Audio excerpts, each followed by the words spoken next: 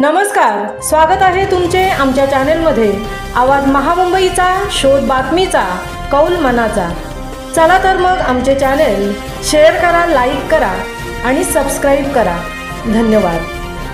मुख्यमंत्री देवेंद्र फडणवीसांच्या 100 दिवस कृती आराखडा कार्यक्रमात म्हसळा तालुका राहतोय पिछाडीवर।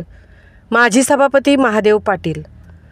मुख्यमंत्री देवेंद्र फडणवीसांचा राज्यातील सर्व प्रशासकीय अधिकाऱ्यांसाठी 7 कलमी कृती कार्यक्रमांतर्गत तालुक्यासाठी कार्यालय प्रामुख्याने आपल्या विभागाचा 100 दिवस कृती आराखडा तयार करण्याचा आहे। त्याच्यावर नियंत्रण संबंधित जिल्हाधिकारी यांनी ठेवणे आहे। परंतु 100 दिवस कृती आराखडा अंतर्गत म्हसळा तालुक्यात अधिकाऱ्यांची वाढवा असल्याने प्रशासकीय कामे गतिमान होणार कशी, अशी तालुक्याचे माजी सभापती महादेव पाटील यांना खंत वाटत आहे।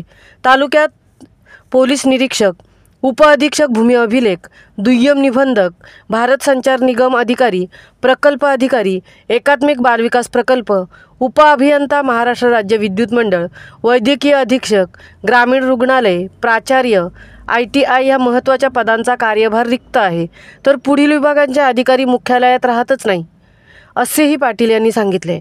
गटविकास अधिकारी, पंचायत समिती म्हसळा, परिक्षेत्र वन अधिकारी, शाखा अभियंता, सार्वजनिक बांधकाम विभाग म्हसळे, उपअभियंता, ग्रामीण पाणी पुरवठा, पशुधन विकास अधिकारी, मंडळ अधिकारी म्हसळा खामगाव, मुख्याधिकारी नगरपंचायत म्हसळा, वैद्यकीय अधिकारी म्हसळा खामगाव, मेंदडी आणि आंबेत, प्राथमिक आरोग्य केंद्र, तसेच जिल्हा परिषद दवाखाना पाभरे, लागवड अधिकारी, सामाजिक वनीकरण, कृतीशील आराखड्यात लोककेंद्रित व तंत्रज्ञानाच्या माध्यमातून जनतेला लाभ मिळणाऱ्या योजना आदींचा समावेश असावा। जिल्हा आणि राज्याचे नाव अग्रेसर असावे, हा कार्यक्रमाचा मुख्य दृष्टिकोन आहे। हे स्पष्ट असतानाच म्हसळ्यातील मुख्य प्रशासकीय अधिकाऱ्यांची पदे रिक्त असणे, अनेक विभागांचे मुख्य अधिकारी, दुय्यम अधिकारी, कर्मचारी मुख्यालयात न राहणे, त्यामुळे लोकप्रतिनिधींनी कोट्यावधीचा निधी तालुक्यात आणूनही अनेक विकास कामात तालुका प्रचंड पिछाडीवर आहे।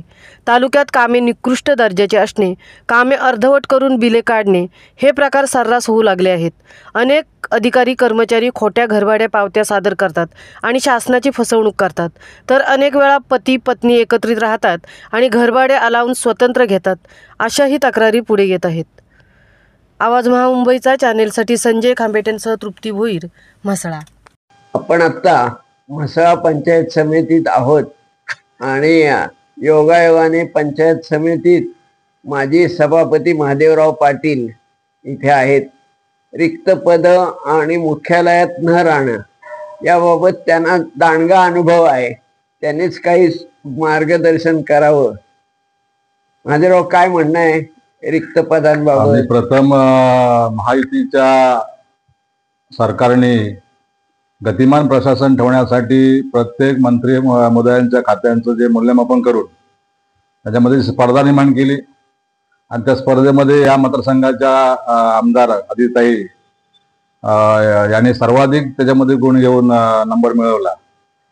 मी माननीय खासदार सुनील तटकरे साहेब यांच्याकडे मागणी केलेली आहे की मसल्यासारख्या अति दुर्गम भागामध्ये असलेल्या तालुक्यामध्ये 8 मुख्य अधिकारी आज जागा रिक्त आहेत आणि जे 9 अधिकारी आहेत ते हेडक्वार्टर राहतच नाही।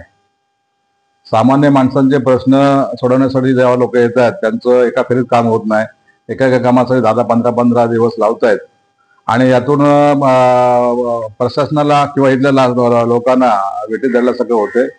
आणि जर आपलं महाराष्ट्र सरकारचं धोरण जे आहे की गतिमान प्रशासन करण्यासाठी या रिक्त जागा भरण्यासाठी माननीय खासदार सुनील तटकरे साहेब आणि मंत्री महोदय आदिताई यात लक्ष घालावं, आपण त्याला निवेदन केलेलं आहे।